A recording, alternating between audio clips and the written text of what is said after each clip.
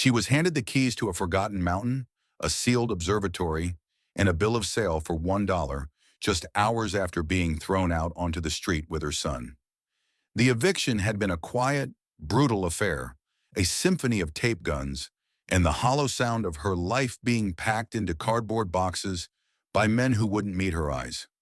Lara Vance stood on the cracked sidewalk, the July sun beating down on her neck, and watched as the lock on her apartment door was changed.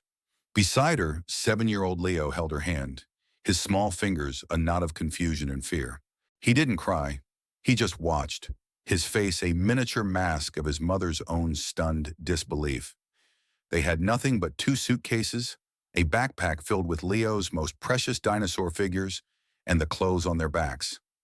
The rest of their world, the worn sofa where they read stories, the kitchen table stained with marker and memories, the pencil marks on the doorframe charting Leo's growth, was now sealed behind a door that was no longer theirs. The betrayal that led them here was a fresh, gaping wound. Her boss, a man she'd considered a friend, had downsized his small graphic design firm without warning, her position eliminated in a 5-minute meeting that felt more like an execution. 2 weeks' severance wasn't enough to stop the landslide.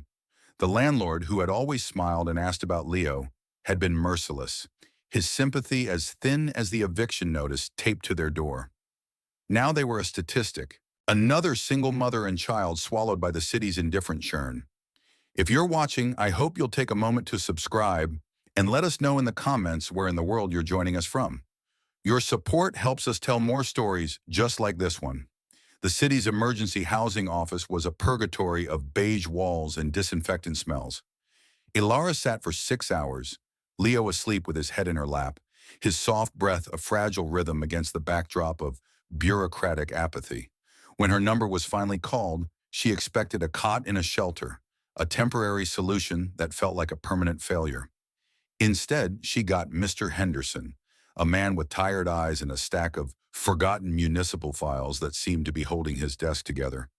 He looked at her application, then at a dusty leather-bound ledger open beside him.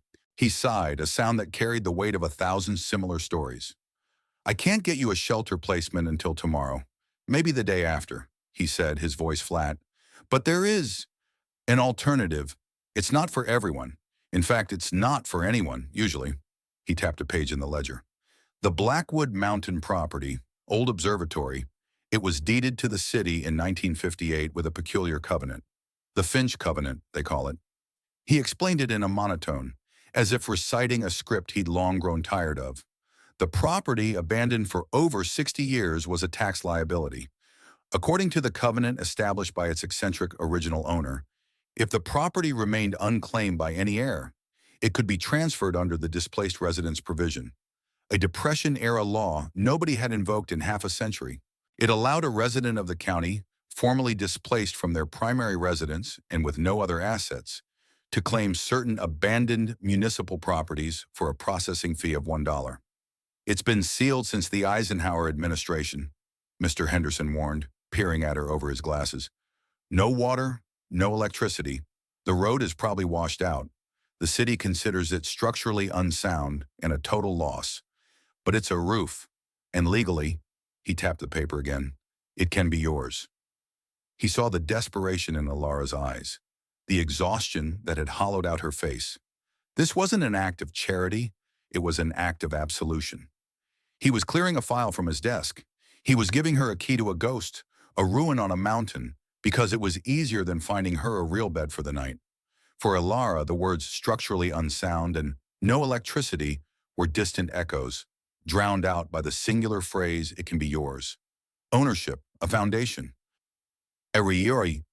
After a day of having everything taken, the idea of possessing something, anything, was a lifeline.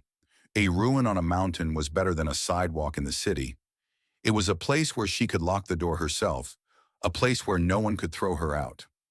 "I'll take it," she said, her voice barely a whisper, but the words were as solid as stone. Leo stirred in her lap, mumbling something about meteors in his sleep. Mr. Henderson slid a form across the desk. The bill of sale was a single page, yellowed with age, the language archaic. At the bottom, a line for her signature and a space for the price. $1. Ilara reached into her purse and pulled out her last $4, three crumpled singles and a handful of change. She smoothed out one of the bills and placed it on the desk. It felt like the most significant transaction of her life. He stamped the paper with a heavy final thud and then reached into a locked drawer, pulling out a single enormous iron key attached to a simple brass tag. The tag was engraved with a single word, Starlight. The key was cold and heavy in her palm, an artifact from another time. It was the key to her future, or her folly. As she walked out of the municipal building and back into the oppressive heat of the late afternoon, the city felt different. It was no longer her home. It was a place she was leaving behind. Ahead of them lay Blackwood Mountain, a dark, hulking silhouette against the setting sun. A place of myth and rumor, a place no one had gone for decades. It was there, in the shadow of a forgotten giant, that Ilara Vance and her son would have to build a new world. Armed with nothing but $1, a key, and the fierce, desperate love of a mother with nothing left to lose. The drive to Blackwood Mountain was a journey of attrition. Ilara's 10-year-old sedan, a car that protested every morning with a chorus of groans and rattles, seemed to understand the gravity of their pilgrimage. It coughed and sputtered as they left the city limits, the landscape slowly transforming from concrete and asphalt to the dusty, sun-bleached browns of the rural county line. The main highway gave way to a two-lane county road, and that in turn bled into a narrow, unpaved track marked by a single, rust-eaten sign, Blackwood MTN, RD Private, no trespassing. The words were a warning, but to Ilara, they felt like a welcome. Private, a place apart. The road began to climb immediately, a winding serpent of gravel and dirt that clung to the side of the mountain.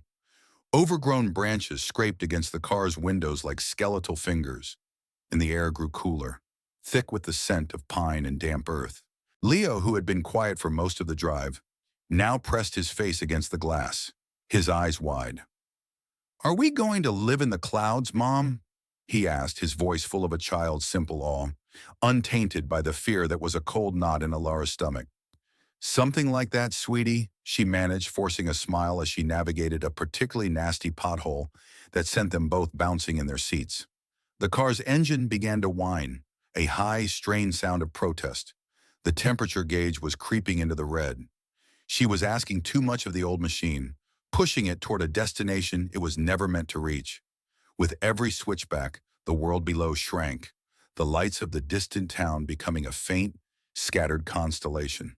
They were ascending into isolation, into a profound and unnerving silence, broken only by the crunch of tires on gravel and the laboring engine. The sun dipped below the horizon, painting the sky in fiery strokes of orange and purple, but the beauty was menacing. It was the end of a day that had ended her life as she knew it. This was not a scenic drive. It was a retreat, a flight into the unknown. After another 20 minutes of punishing ascent, the road became nearly impassable.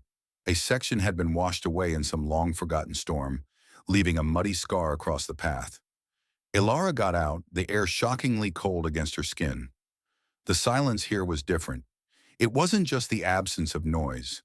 It was a presence, a heavy, listening stillness that seemed to emanate from the ancient trees that crowded the roadside. She could see the observatory now, just visible through a break in the canopy at the summit. It wasn't the crumbling ruin she had imagined. It was a stark, white dome, perched atop a streamlined Art Deco structure of stone and steel. It looked like a monument to a future that had never arrived, otherworldly and imposing against the darkening sky. It was beautiful, but its beauty was cold, remote. It did not look like a home. It looked like a secret. With a surge of adrenaline born of sheer necessity, she got back in the car, reversed, and took a running start at the washed-out section. The car fishtailed, tires screaming for purchase in the muck, but somehow it lurched across, landing with a jarring thud on the other side. A plume of steam erupted from under the hood. The engine gave a final, shuddering gasp and died. They were here, and they were stranded. They walked the final quarter mile. The air was thin, and every breath was an effort. Ilara carried one suitcase, Leo's backpack slung over her shoulder, while Leo, ever the trooper, dragged the other, smaller case behind him. The observatory loomed larger with every step, its smooth white dome glowing faintly in the twilight, reflecting the last vestiges of daylight. It was perched on a wide, flat clearing at the very peak of the mountain. The scale of it was breathtaking. The main structure was a two-story circular building made of gray, precisely cut stone, with narrow vertical windows that looked like arrow slits in a fortress. The dome, a perfect hemisphere of what looked like polished concrete or alabaster, sat atop it like a crown. There was an elegance to its design, a deliberate, powerful grace that had defied decades of neglect. Weeds grew thick in the cracks of the stone patio that surrounded it, and a layer of pine needles and grime coated everything, but the structure itself was unbowed. It was not crumbling, it was waiting. A massive set of double doors made of some dark, heavy wood and bound with tarnished brass formed the entrance. In the center of the doors at eye level was a single heavy keyhole. Elara's hand trembled as she pulled the iron key from her pocket.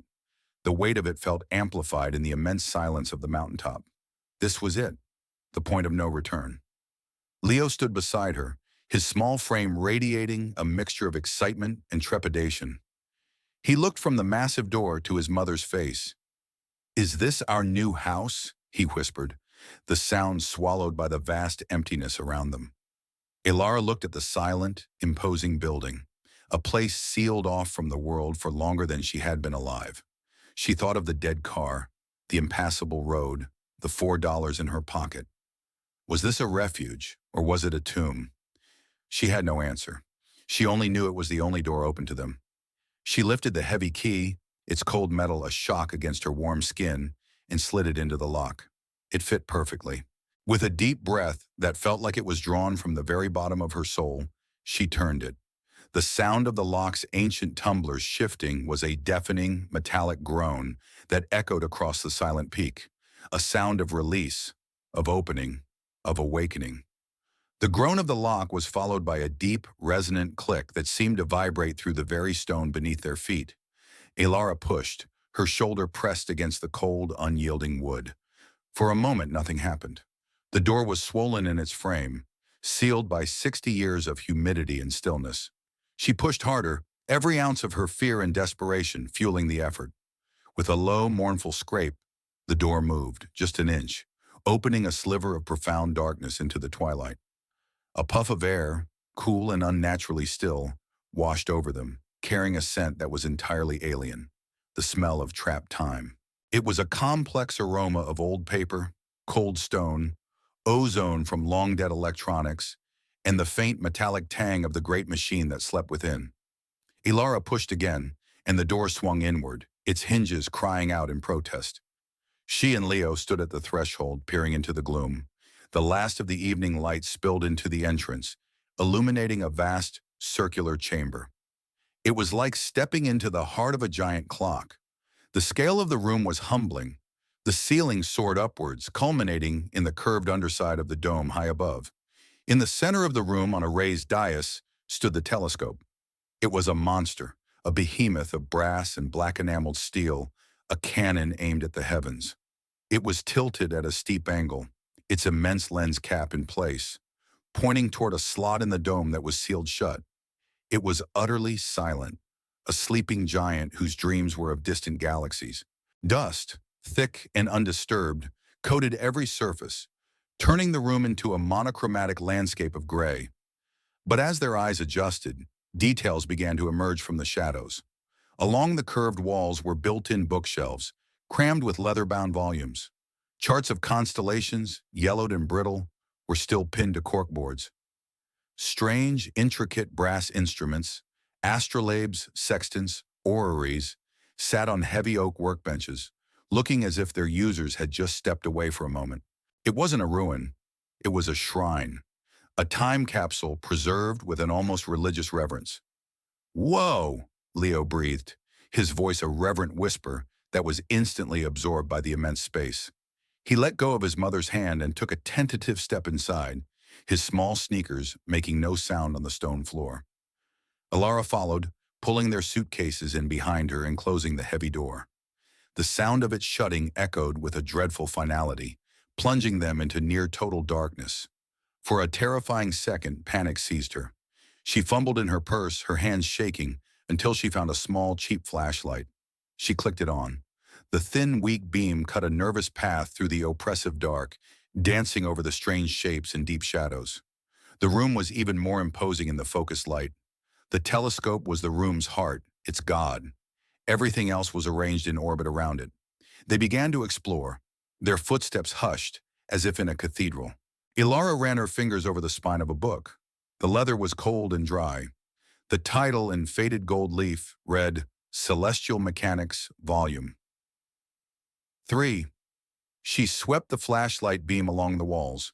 There were maps not of Earth, but of the moon, of Mars, of star fields so dense they looked like spilled salt. This was the life's work of a singular, obsessed mind. Tucked away in an alcove, almost hidden behind a tall stack of star charts, was a smaller door. Ilara pushed it open and found the living quarters. They were Spartan, almost monastic. A narrow cot was built into the wall, its thin mattress covered by a coarse wool blanket, neatly folded. A small, sturdy desk and chair stood against one wall, and a tiny kitchenette with a cold plate and an empty icebox was built into another. It was all coated in the same thick layer of dust, but like the main chamber, it was perfectly preserved. This was where he lived. The man who had built this place had not just worked here, he had sealed himself inside with his work, a hermit dedicated to the stars. The reality of their situation began to set in, sharp and cold. This place was magnificent, mysterious, but it was not a home. There was no power to light the darkness, no water in the taps, no heat to fight off the mountaintop chill that was already seeping into her bones. The silence, which at first had felt peaceful, now felt predatory. They were utterly alone, miles from civilization, with a dead car and no way to call for help. Doubt, a cold and insidious poison, began to creep into her thoughts. Had she made a terrible mistake? Had she traded a life of uncertainty for a swift, silent end in this beautiful, frozen tomb? Leo, oblivious to her rising panic, was exploring the small room with a child's boundless curiosity. He pulled open the desk drawer. "Mom, look," he said, his voice cutting through her dark thoughts. She shone the flashlight where he was pointing. Inside the drawer was a box of thick, tallow candles and a book of matches. A small, practical act of foresight from a man who had planned for the darkness. A few minutes later, the small room was filled with the warm, flickering glow of half a dozen candles. The light pushed back the shadows, making the space feel less like a tomb and more like a sanctuary. The dancing flames brought a sense of life to the still air. On the desk, one object had been left out, separate from the clutter. It was a large, handsome logbook bound in dark blue leather. It was open to the last page, a fountain pen lying neatly beside it, as if the writer had been interrupted mid-sentence. The handwriting was elegant, precise, the ink faded from black to a soft sepia over the decades. The date at the top of the page was June 8, 1958. Leo was already starting to yawn, the day's trauma and the strange journey finally catching up to him. Ilara made a makeshift bed for him on the cot, using her coat as a pillow. He was asleep in minutes, his small face peaceful in the candlelight. Ilara sat down at the desk, the hard wood of the chair cold against her legs. The whole world had been reduced to this small circle of light, this silent room, and the book that lay open before her. She pulled it closer, her fingers tracing the elegant script. It felt like an invitation, a final message left in a bottle, waiting for someone to finally wash ashore. With the sleeping breath of her son as the only sound, she began to read the last words of the man who had built the skybound castle that was now, impossibly, hers. The logbook was not a record of astronomical observations, not in the traditional sense. Ilara had expected columns of numbers, technical jargon, and dry data. Instead, she found a diary, a philosophical treatise, and a last will and testament all rolled into one. The author, Dr. Alistair Finch, wrote with a startling poetic clarity. His entries chronicled not just the movement of stars, but the movement of his own soul. He saw the universe not as a cold, empty void, but as a living, breathing entity filled with meaning, purpose, and legacy. She started with the final entry, the one dated June 8th, 1958. The shadows gather below, it began, the script growing slightly less controlled, more urgent toward the end. The men from Meridian understand nothing of this work. They see only profit in the light, a resource to be mined and sold, a power to be hoarded. They would take this legacy and twist it, bury it in the earth to protect their empires of smoke and shadow. They believe my work is about energy, about a new way to power their trivial machines. They are children playing with fire, blind to the true nature of the flame. The name Meridian sent a small shiver down Alara's spine. It sounded corporate, powerful, vaguely threatening. Finch's paranoia seemed to reach across the decades, a palpable anxiety that filled the small candlelit room. The entry continued. Tonight I seal the lower vault. The mechanism is set. The tumblers will not turn with a key of iron, but a key of light. The Orion key, as I have named it, must be turned by a hand that understands patience, by an eye that can see beyond the horizon. Only then will the celestial inheritance be revealed. I have made a covenant not with the city, but with fate itself. I leave this place not to an heir of my blood, but to an heir of circumstance, to one who comes to this door with nothing, and therefore has the capacity to receive everything, to one who has known the darkness, and will therefore know how to properly wield the light. This is my promise. This is my prayer. Ilara read the passage 3 times. Celestial inheritance, the Orion key, lower vault. The words resonated with a mythic weight. This was not the rambling of a madman. It was the careful, deliberate plan of a genius. He hadn't just abandoned his work, he had hidden it, protected it, and created an elaborate puzzle for his successor. A successor he had chosen through a bizarre, almost prophetic legal mechanism, to one who comes to this door with nothing. The words were a direct address to her, a message sent across 60 years of silence, aimed at the precise coordinates of her desperation. She felt a strange kinship with this man she had never met, this Dr. Alistair Finch. He had seen her coming. Turning back the pages, she began to read from the beginning. Finch's early entries were filled with wonder. He wrote about the construction of the observatory, which he had funded himself with a fortune made from what he cryptically referred to as early patents. He described the grinding of the main lens, a process that took him 2 years, as an act of devotion. He wrote of his first night viewing Saturn, not in scientific terms, but as a spiritual experience. To see the rings, he wrote, is to understand that the universe delights in beauty for its own sake. It is a gratuitous and breathtaking gift. But as the years went on, the tone of the entries shifted. His wonder became tinged with a growing sense of urgency and fear. He wrote about his groundbreaking research into solar energy, not as an astronomer, but as a physicist. He had apparently discovered a radically efficient method of capturing and storing stellar energy. The sun, one entry read, offers us a limitless inheritance. It asks for nothing in return, but that we turn our faces to it. Why do men insist on digging in the dark earth for scraps when a king's ransom is offered freely from above? It was this research that attracted the attention of Meridian. He described them first as potential partners, men in the sharp suits from a powerful energy conglomerate, but he quickly grew suspicious. They speak of patents and market shares. Acharna, he wrote. I speak of freeing mankind from the tyranny of the grid. We are speaking different languages. Theirs is the language of cages. Mine is the language of flight. The entries became more paranoid. He wrote of break-in attempts, of offers that felt more like threats, of being followed. He believed Meridian didn't want to partner with him, but to steal his work and bury it, to protect their vast investments in coal and oil. He saw them as agents of a darkness that sought to keep humanity chained to a dying paradigm.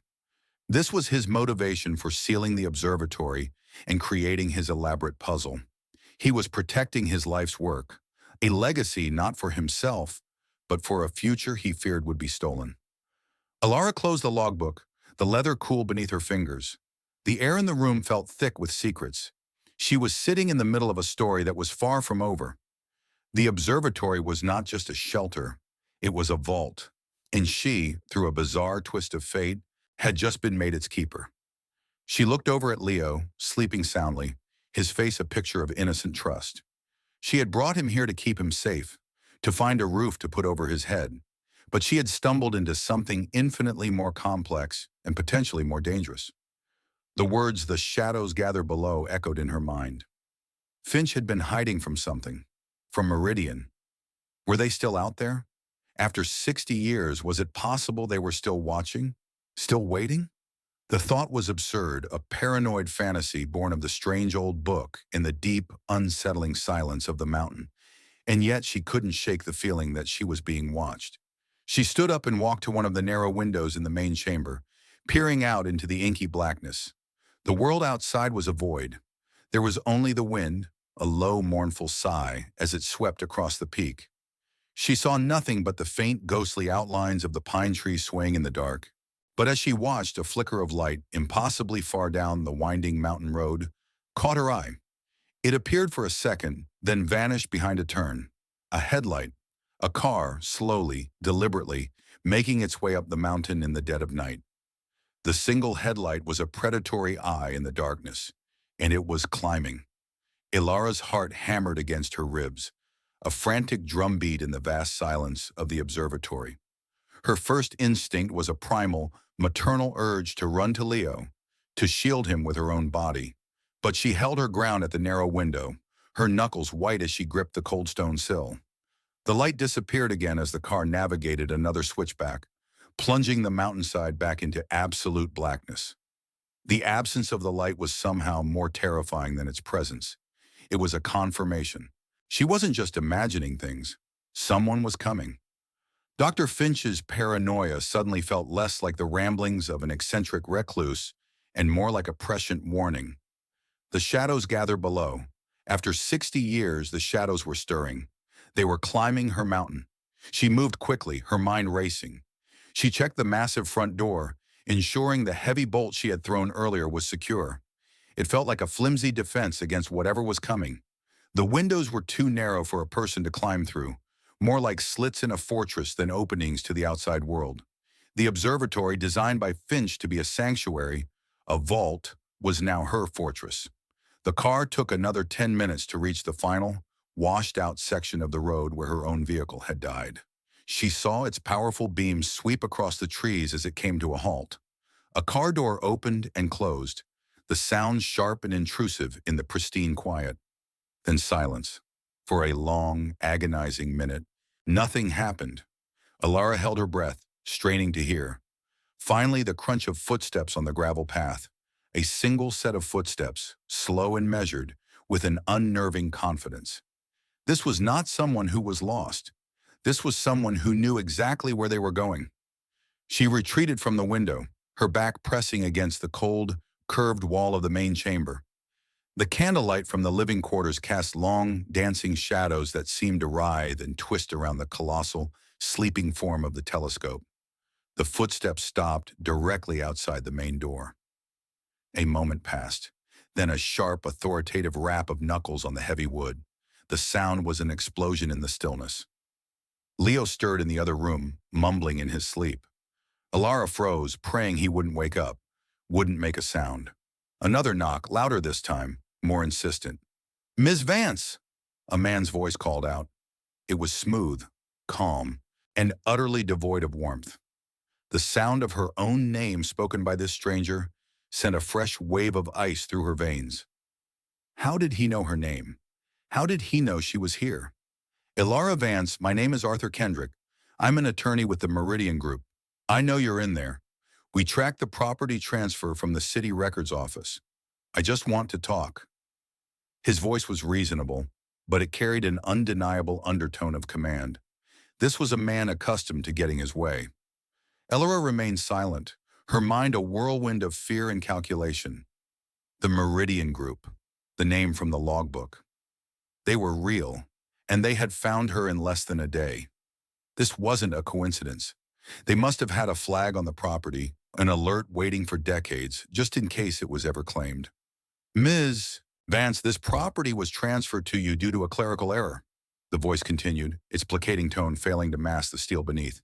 The Finch estate has a long-standing and active claim on this land. The city had no right to dispose of it. We are prepared to be very generous to rectify their mistake. We can offer you $5,000 for your trouble, and we can have you in a comfortable hotel by morning. $5,000. The amount was both an insult and a temptation. It was more money than she'd had in years. It could mean a security deposit on a new apartment, a fresh start, but Finch's words echoed in her head. They see only profit. They would take this legacy and twist it. This wasn't about a clerical error. This was about what was inside the observatory. They didn't know that she knew. They thought she was just a desperate, homeless woman who had stumbled into a legal loophole. They saw her as an obstacle to be bought off, a nuisance to be removed. The thought ignited a spark of defiance in her. They had underestimated her. Everyone had. Her boss, her landlord, the man in the city office. They all saw a victim. They didn't see the survivor.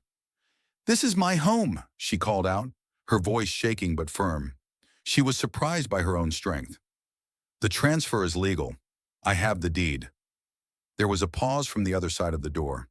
The silence stretched, and Alara could almost feel the man's surprise, his recalibration. "Ms. Vance, let's not be difficult," he said, his voice losing its synthetic pleasantness, replaced by a sharp edge of impatience. "That property is unsafe. You have a child in there. You are trespassing on land that belongs to my clients. I can come back with the county sheriff in the morning and have you removed. The offer is a courtesy. I suggest you take it." The threat hung in the air, cold and sharp. But the mention of the sheriff gave her a small measure of relief. He couldn't break down the door. He had to follow a process. He needed the law on his side, and right now the law, in the form of a strange $1 deed, was on hers. "You can leave the offer on the doorstep," she said, her voice growing stronger. "I'll consider it. Now please leave my property." Another long silence. She could hear him breathing on the other side of the door, a soft, frustrated hiss. Finally, the crunch of footsteps on gravel again, this time retreating. She watched from the window as his dark form walked back to the car. He didn't leave immediately. He stood by his vehicle for a moment, a silhouette against the powerful headlights, and looked up at the observatory. He was looking right at her, she felt, even though he couldn't possibly see her. Then he got in his car, and the sleek black sedan, a stark symbol of wealth and power against the wildness of the mountain, drove away, its red taillights shrinking until they were swallowed by the darkness. She was alone again, but the silence was different now. It was no longer empty. It was charged with threat. The encounter had changed everything. Her desperation had been replaced by a fierce, protective resolve. This observatory wasn't just a shelter anymore. It was a legacy. It was a secret. And the man from Meridian had just confirmed that it was a secret worth fighting for. The next morning, she knew she needed help. She couldn't do this alone. Leaving Leo with a solemn instruction to keep the door bolted and not to open it for anyone, she began the long walk down the mountain. In the small, sleepy town at its base, a town that time seemed to have largely forgotten, she found the local library. And in the library, surrounded by the comforting smell of old books, she found Mr. Abernathy. He was a man in his late 70s, with a kind, wrinkled face and a shock of white hair that seemed to have a life of its own. He was the town historian, the librarian, and its collective memory. When Alara asked him about the old observatory on Blackwood Mountain, his eyes lit up with a spark of intellectual curiosity that she hadn't seen in years. "Alistair Finch," he said, his voice a soft, dusty rasp. "Now there's a name I haven't heard in a long time. The town eccentric, our very own Galileo. People used to say he wasn't just watching the stars up there. They said he was trying to catch one." Alara, trusting an instinct she couldn't explain, told him everything. About the eviction, the $1 deed, the logbook, and the visitor in the night. Mr. Abernathy listened patiently, his expression growing more and more serious. When she finished, he looked at her for a long moment. "The Meridian Group," he murmured, testing the name on his tongue. "They were an energy consortium even back then. Vultures in suits. If they're still sniffing around that mountain after 60 years, it means Finch was onto something big. Something they still want." He stood up and beckoned for her to follow him into the library's archives, a small, cluttered room filled with maps and filing cabinets. "Finch was a genius, my dear," Abernathy said, his voice low and conspiratorial. "But he was also a poet. When he writes of an Orion key, he's not talking about a piece of brass and steel." He pulled out a dusty astronomical chart. "He's talking about this." He unrolled the chart on a table. It was a detailed map of the winter sky. He pointed to the three bright stars that formed the belt of the Orion constellation. "This is the lock. The key," he said, his finger tracing a path of starlight, "is the light itself."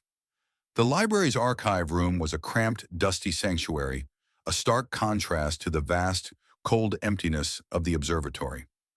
But here, surrounded by the accumulated knowledge of a forgotten town, Elara felt a flicker of hope.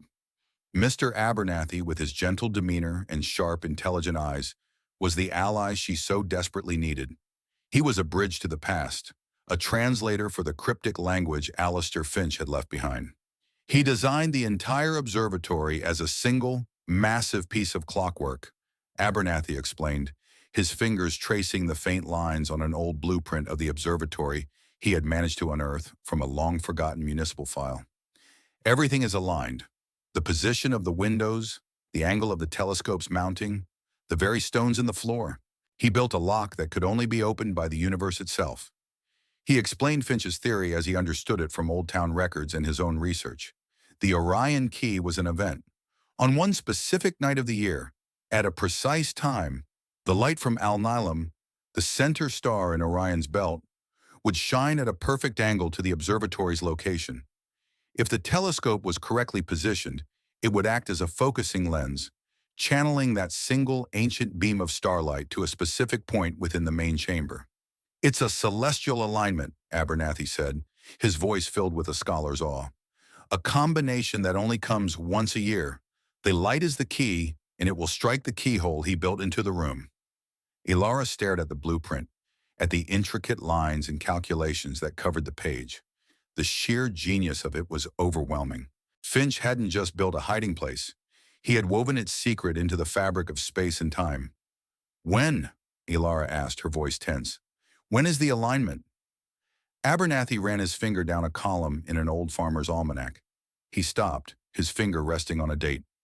"The autumnal equinox," he said, looking up at her. "September 22nd. 4 days from now." 4 days. The deadline felt both impossibly soon and terrifyingly distant.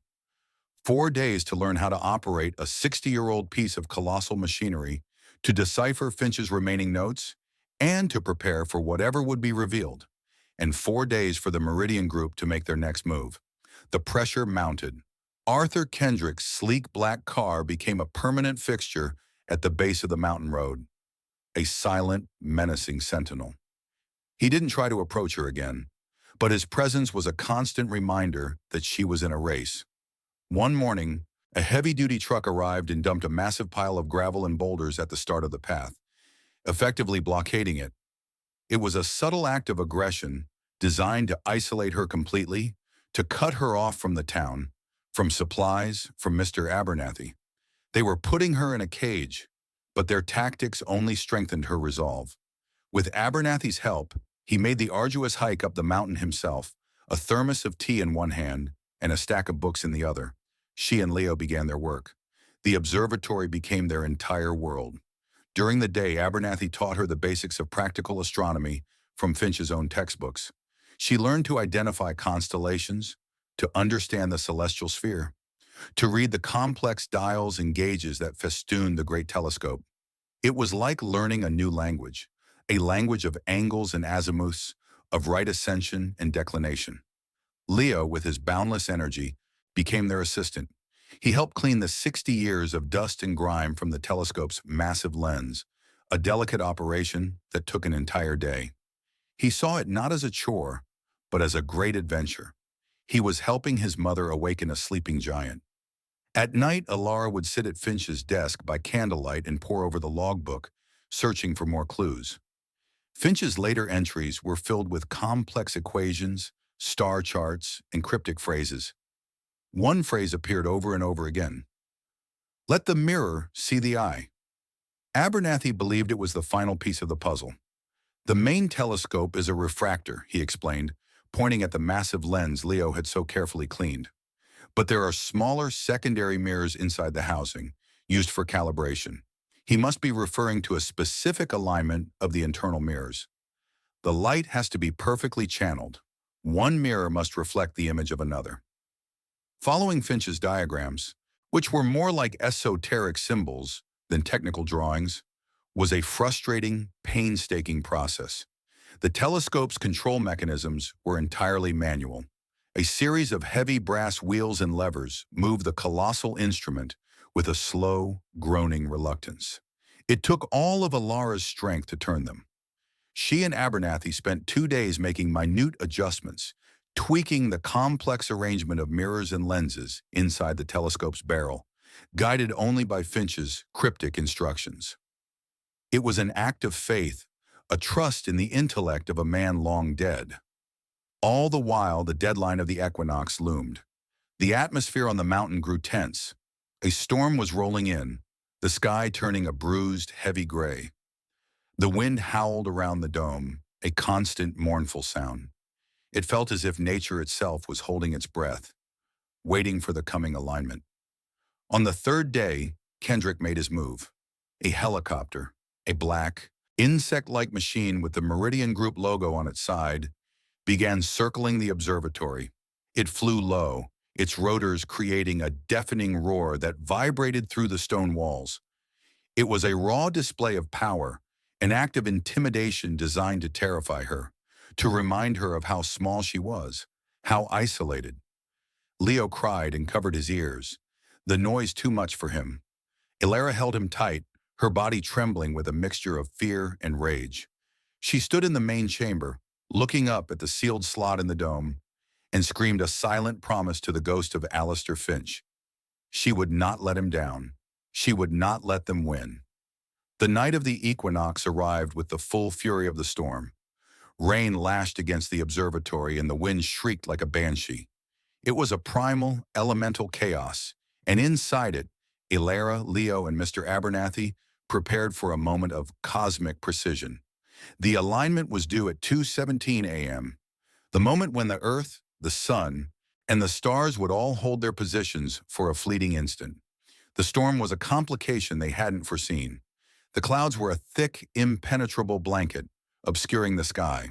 Their entire plan depended on a single beam of starlight. If they couldn't see the star, the key would never reach the lock. The storm was a wild, untamed thing, an assault of wind and water that seemed determined to tear their fragile hope from the sky.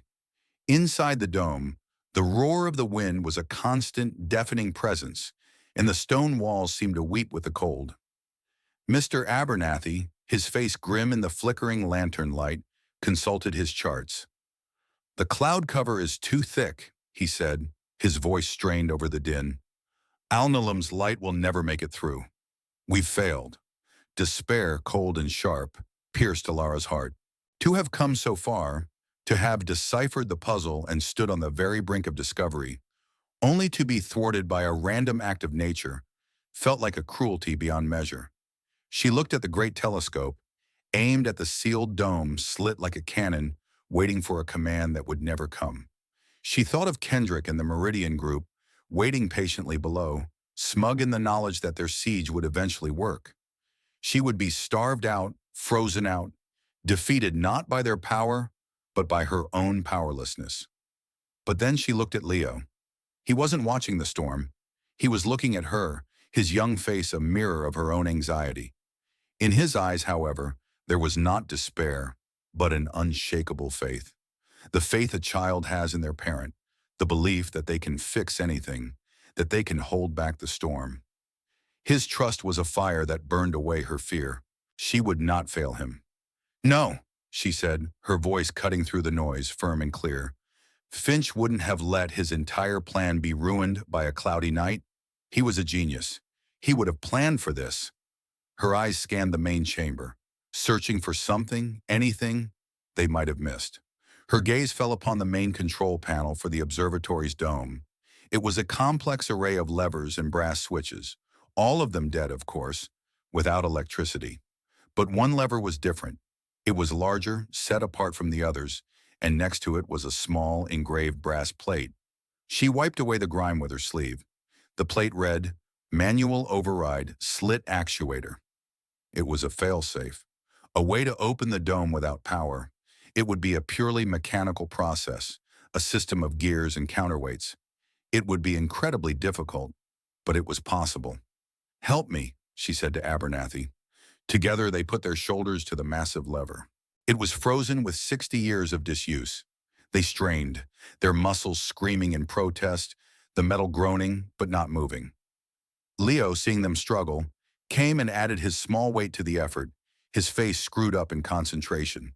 His tiny contribution was more symbolic than physical, but it was the spark they needed. With a final desperate heave, something inside the walls gave way, with a deafening crack, and the lever moved.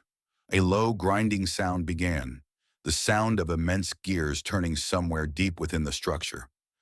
High above them, the narrow slit in the dome, the observatory's single eye began to part. A sliver of the maelstrom outside was revealed, a churning, violent sky of black and gray. But as the slit widened, a miracle happened.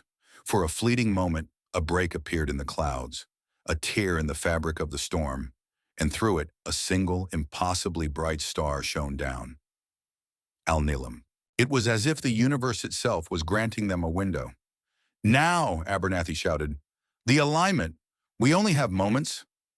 Ilara scrambled to the telescope's controls.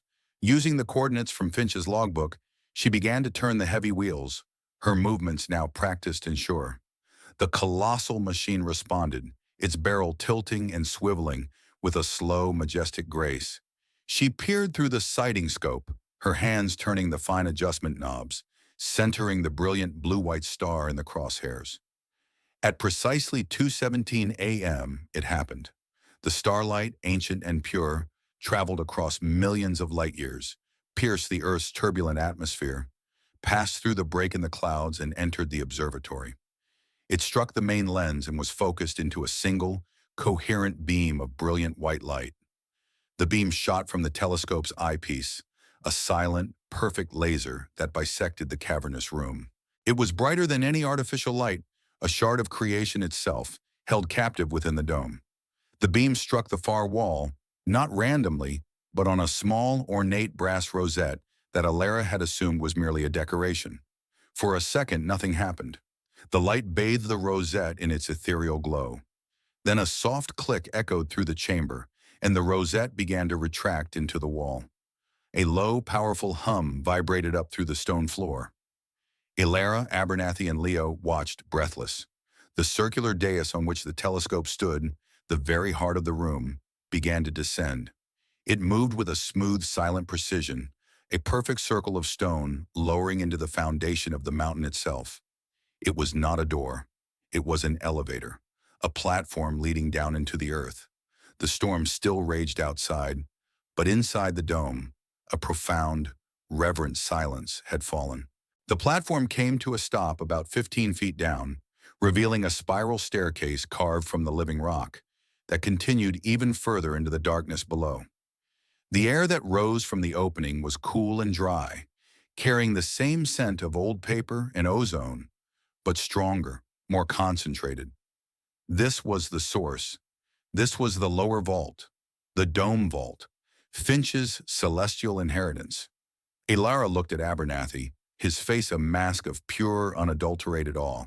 She looked at her son, his eyes wide with a wonder that transcended fear, and she looked down into the inviting darkness, into the heart of the mountain, into the heart of the mystery. The light from the star was gone, the clouds having closed over it once more. But it had done its work. The key had turned the lock. With a small battery-powered lantern she had found in the living quarters, Ilara took the first step onto the spiral staircase. She was no longer just a mother seeking shelter. She was an explorer, a guardian, a chosen heir stepping into her inheritance. She didn't know what she would find in the depths, but she knew, with an unshakable certainty, that it would change everything. The descent felt like a journey to the center of the earth.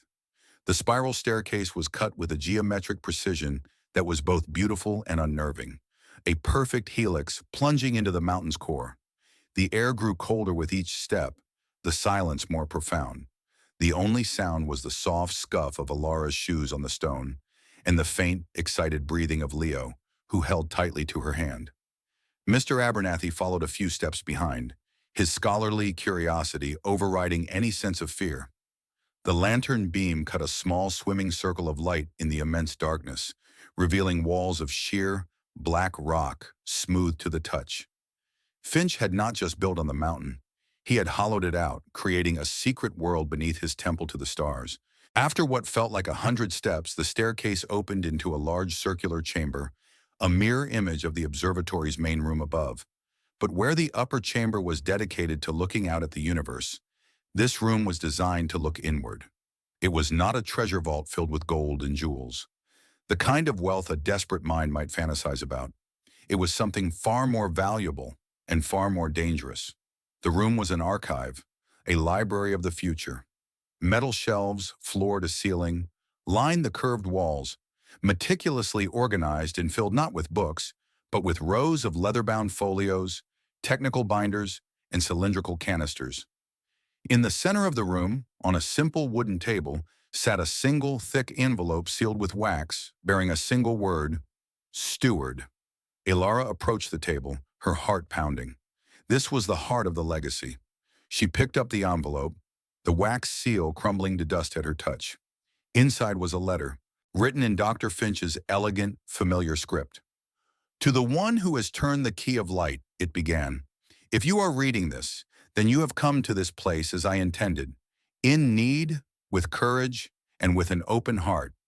You have proven your patience and your worthiness. What you see around you is not a fortune to be spent, but a responsibility to be shouldered. I have named it the celestial inheritance, for it is a gift from the stars themselves, a promise of a brighter future. The letter went on to explain everything.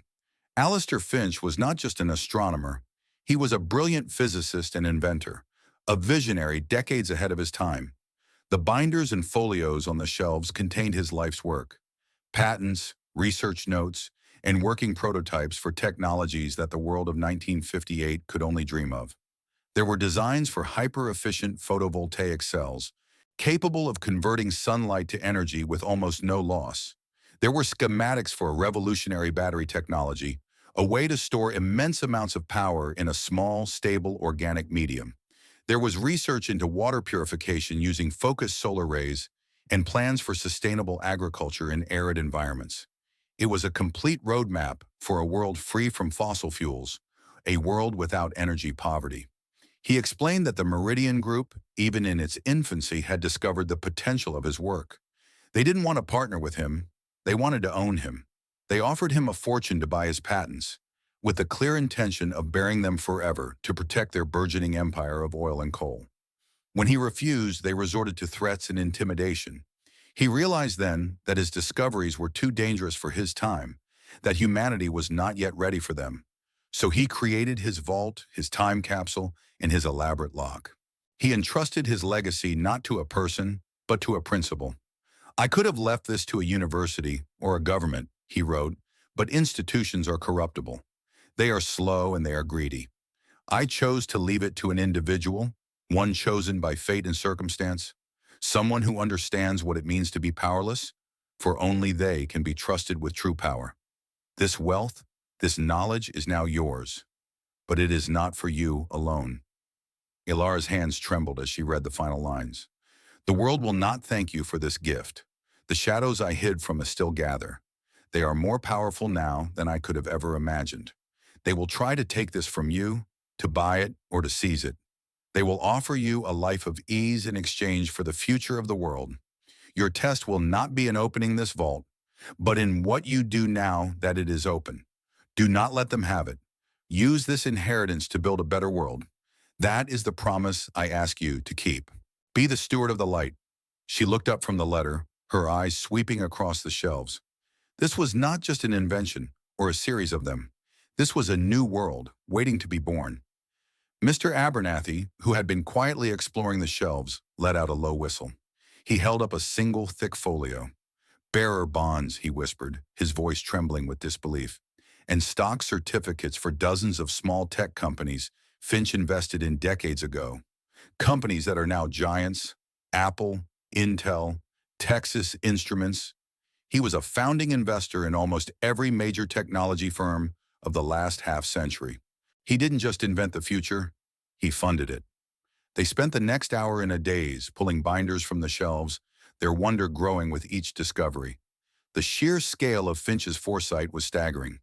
Abernathy, with his knowledge of finance and history, did a rough calculation on a notepad, his hands shaking so much he could barely write the numbers. The value of the patents was almost incalculable, but the bonds and stocks alone. The number was astronomical. By my most conservative estimate, he said, his voice barely audible, what's in this room? It's worth close to $500 million. The number was so large it was meaningless. $493 million. Alara felt a wave of vertigo. Just 2 days ago, her entire net worth had been $4. Now she was the steward of a fortune that could alter the course of history. She looked at Leo, who had found a canister containing a beautiful, intricate model of a solar sail, a craft designed to ride the light waves between planets. He was turning it over and over in his hands, his face a picture of pure fascination. He did not understand the numbers, the immense wealth that now surrounded them. He just saw the beauty of the idea, the magic of the light. In his simple, innocent wonder, Ilara found her clarity. Finch's letter had called it a test. She had thought the test was over, that she had passed by opening the vault. But she realized now that the real test had just begun. The weight of the responsibility settled on her shoulders, heavier than any poverty she had ever known. She was no longer just Ilara Vance, a single mother trying to survive. She was the steward of a legacy, the keeper of a promise, and the shadows were waiting for her at the bottom of the mountain. The ascent from the vault was a silent, somber affair. The three of them emerged back into the main observatory chamber, just as the first, weak light of dawn began to filter through the narrow windows.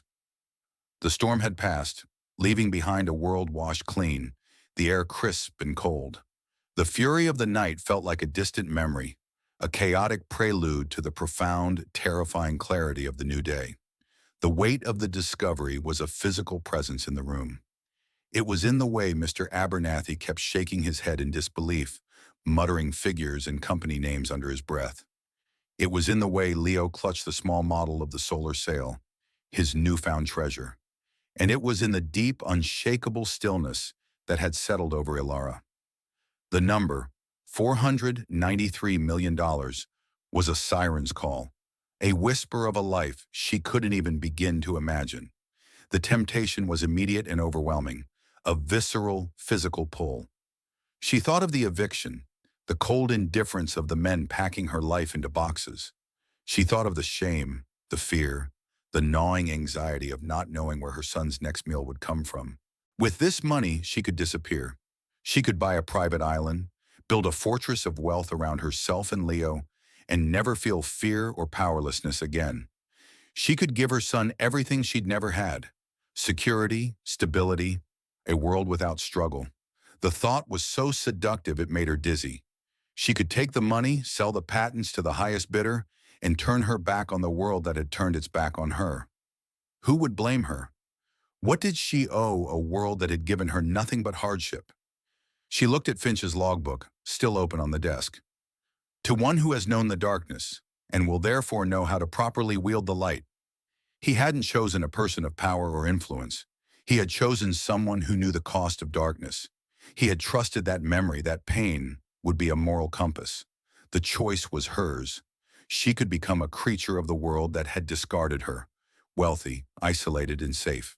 Or she could honor the trust of a dead man and try to change that world. It was a choice between a life of comfort and a life of purpose. It was the most important decision she would ever make. Her moment of quiet, agonizing reflection was shattered by a familiar, dreaded sound. The whirring of helicopter blades, growing steadily louder. She ran to the window. It was the same black helicopter from before, but this time it wasn't circling. It was landing. It touched down in the clearing in front of the observatory, its rotors kicking up a storm of pine needles and loose dirt. The side door slid open, and two men emerged.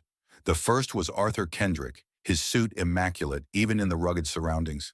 The second man was older, with a severe, commanding presence, and a face that looked like it had been carved from granite.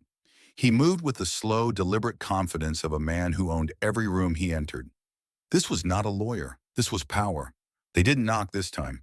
They simply stood before the great wooden doors, waiting. Ilara knew she couldn't hide.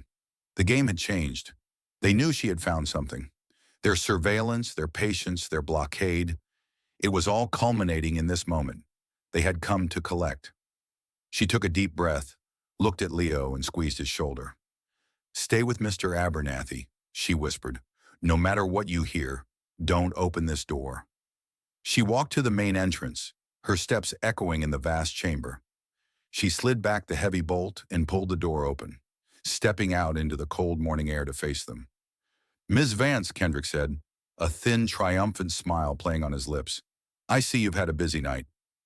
The older man stepped forward, dismissing Kendrick with a slight wave of his hand. His eyes, a pale, cold blue, assessed her with a chilling precision.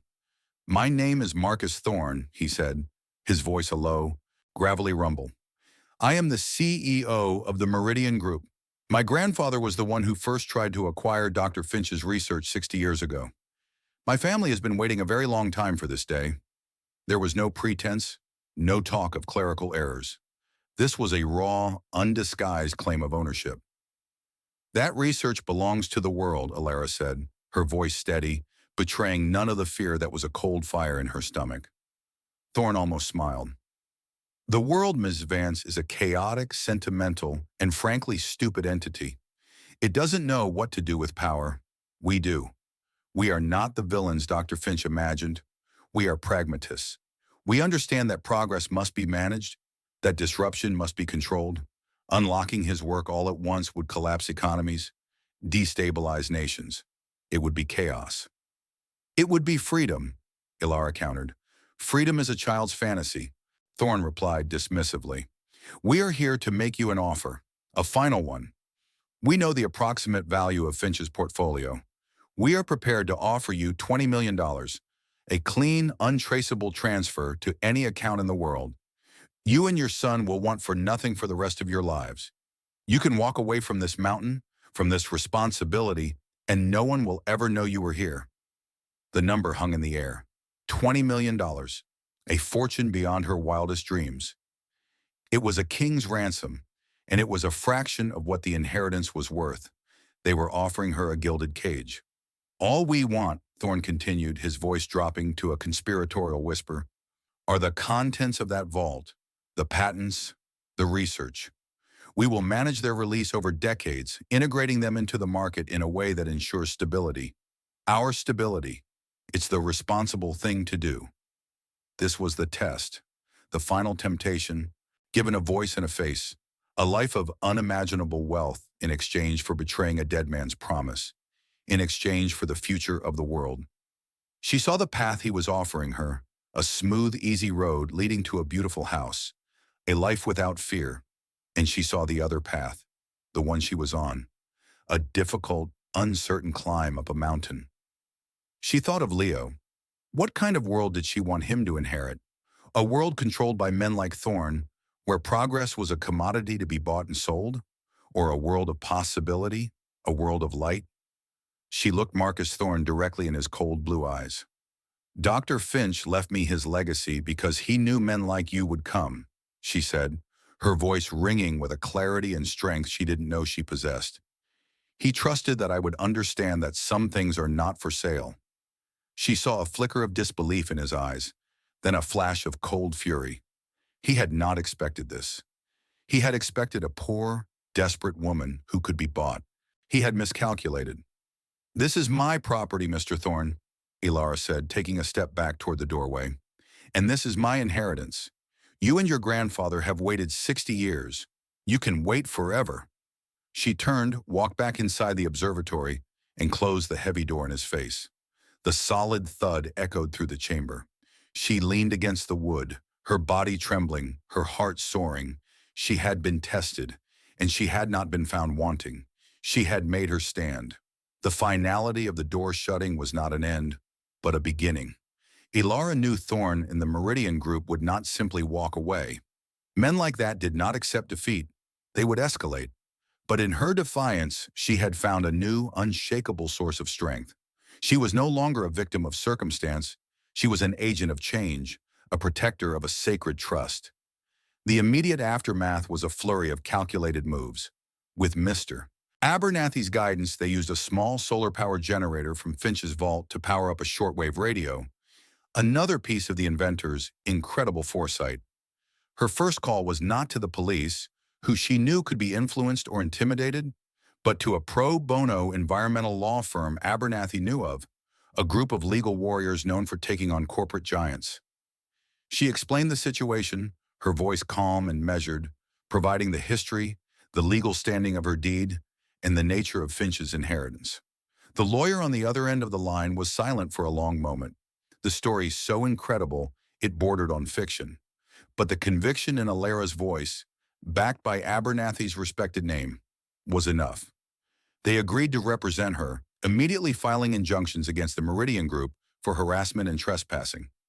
Her second call was to a handful of trusted, independent journalists, contacts Abernathy had cultivated over his years as a historian. She didn't give them the whole story, just enough to light the fuse.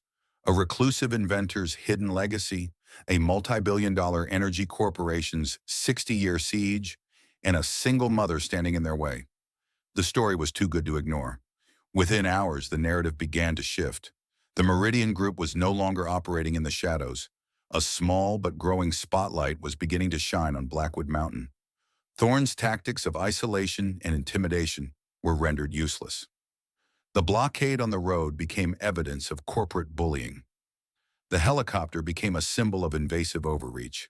The arrival of the first news van at the bottom of the mountain was a sign that Thorne had lost control of the story. Faced with a legal firestorm and the threat of a massive public relations disaster, the Meridian Group was forced to retreat. Their black cars and helicopters disappeared. The mountain fell silent once more, but this time it was a silence of peace, not of menace. The weeks that followed were a whirlwind of legal battles and strategic planning. The courts swiftly and decisively upheld Ilara's claim to the property. The $1 deed, backed by the arcane but legally sound Finch covenant, was ironclad. The celestial inheritance was hers, not just morally, but legally. But Ilara knew her victory was not the end of the journey. It was, as Finch had written, the beginning of her true responsibility. She did not cash the bearer bonds and disappear. She did not sell the patents to the highest bidder. She honored the promise. With the help of a team of lawyers, ethicists, and engineers, she established the Finch Starlight Foundation. Its charter was simple and radical: to develop and disseminate Dr. Finch's technologies for the benefit of humanity, not for profit. The Foundation's first act was to release the patents for the hyper-efficient solar cells into the public domain, making the technology open source available to anyone, anywhere in the world. It was an earthquake that shook the foundations of the global energy industry.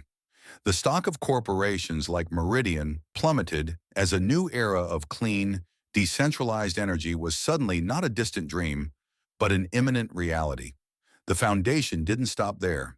It used the immense wealth from Finch's portfolio to fund research grants, build sustainable communities, and create educational programs, with a special focus on empowering women and families displaced by economic hardship, just as she had been. She turned her pain into a guiding principle. The observatory on Blackwood Mountain was transformed. It was no longer a sealed tomb or a fortress. It was restored, not as a private home, but as the Foundation's headquarters and a center for learning and research. The great telescope was still pointed at the stars, but now it was used by students and scientists from all over the world, a tool to inspire the next generation of dreamers. Ilara never moved into a mansion. She and Leo continued to live in the observatory's small Spartan quarters, their lives forever intertwined with the mountain and its legacy. She found that true wealth was not in the accumulation of money, but in the creation of purpose. She had been given a fortune, but she had discovered a calling. One cool autumn evening, a year after she had first climbed the mountain, Ilara stood with Leo on the observatory's newly built viewing deck. The sun was setting, casting a warm golden glow over the valley below. The lights of the town twinkled to life, no longer a distant, indifferent constellation, but a community she was now a part of, a world she was actively working to heal. Leo, now 8 years old, no longer asked if they were living in the clouds. He understood, with a child's simple wisdom, that they were living in a beacon. He pointed to the horizon, where the last sliver of the sun was disappearing. Finch would have liked this, he said quietly. Elora put her arm around him, pulling him close. She looked up at the darkening sky,